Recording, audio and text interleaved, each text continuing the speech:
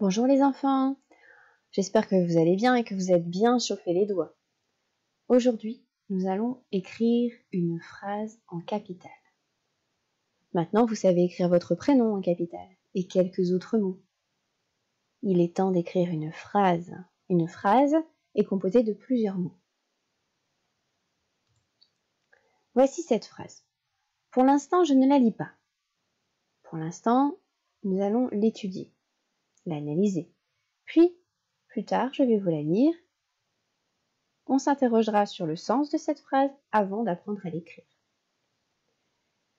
Alors, ma première question, c'est combien de mots compose cette phrase? Comment faire pour chercher combien de mots il y a dans cette phrase? Et oui, on s'intéresse aux espaces qu'il y a entre les phrases. Entre les mots. Les espaces qui se trouvent entre chaque mot. Ici, il y a un premier espace entre le premier et le deuxième mot. Un deuxième espace et un troisième espace. Il y a donc 1, 2, 3, ça fait 3 espaces. Mais est-ce qu'il y a pour autant 3 mots? Non, le nombre d'espaces est différent du nombre de mots. Maintenant, nous allons observer les mots et le nombre de mots. L'espace nous aide à définir le groupe de lettres qui compose le mot. Ici, le premier groupe de lettres forme un premier mot. L'espace nous guide vers le deuxième groupe de lettres qui forme le deuxième mot. Et le troisième groupe de lettres isolé ici forme le troisième mot. Et ici, nous avons le quatrième groupe de lettres isolées qui forme le quatrième mot. Il y a donc 4 mots dans cette phrase. Maintenant, je vais vous lire cette phrase. Le printemps est là. Maintenant, nous allons réfléchir à ce qu'elle veut dire. Qu'est-ce que c'est pour toi le printemps? Eh oui, tu as raison, il s'agit d'une saison dans laquelle nous nous trouvons depuis le 20 mars cette année. Maintenant, je vais t'inviter à réfléchir à tous les éléments que nous avons dans notre extérieur, notre jardin, notre cour, dehors, dans un parc, et qui nous font penser au printemps. On va regarder une première photo. Qu'est-ce que tu peux voir ici? Tu peux suivre le petit rond jaune qui se déplace et qui t'invite à regarder plus précisément ces éléments.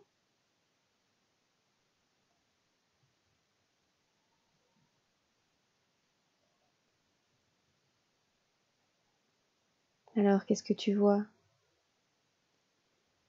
Et oui, nous voyons des fleurs dans les arbres ici. Des fleurs roses, plein de roses sur cette image. Il y a aussi des fleurs au sol, mais ici des petites pétales qui sont tombées. Des gens qui sont installés dans l'herbe verte, à l'ombre de l'arbre, parce qu'il y a un beau ciel bleu.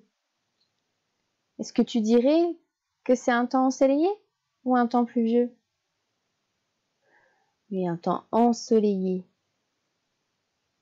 Peut-être que les gens sont en train de pique-niquer, de profiter d'un temps plus chaud pour parler, discuter, lire un livre. Toi, actuellement, dans ton jardin, tu peux profiter du soleil, de l'herbe verte, tu peux cueillir des pâquerettes. Tu peux écouter le bruit. Quel bruit on entend en ce moment? On entend le bruit des oiseaux. Ici, sur cette photographie, on peut apercevoir un rouge-gorge. Qu'est-ce que tu vois d'autre?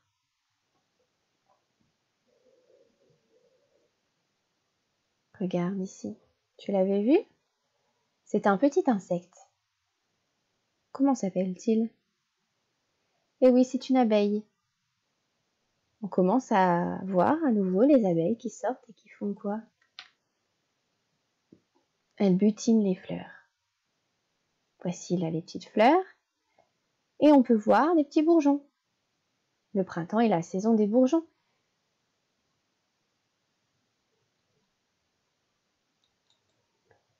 Maintenant, nous allons apercevoir autre chose.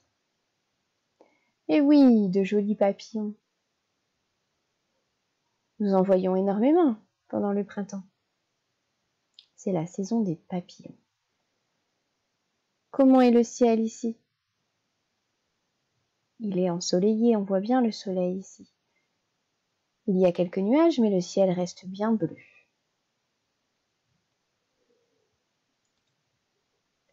Eh bien voilà, maintenant que tu sais quelle est la phrase que nous allons écrire, je t'invite à te rendre dans ton jardin, s'il fait beau, à faire quelques photographies du printemps ou à dessiner ce qu'est le printemps pour toi. Je t'ai mis un exemple ici avec un petit garçon qui joue dans un jardin avec plein de fleurs et les petits insectes et les oiseaux qu'on peut trouver en printemps.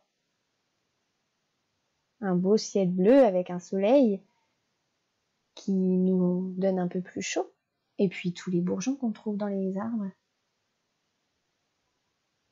Et ce dessin, garde-le précieusement parce que tu vas t'en servir pour illustrer la phrase que nous allons écrire.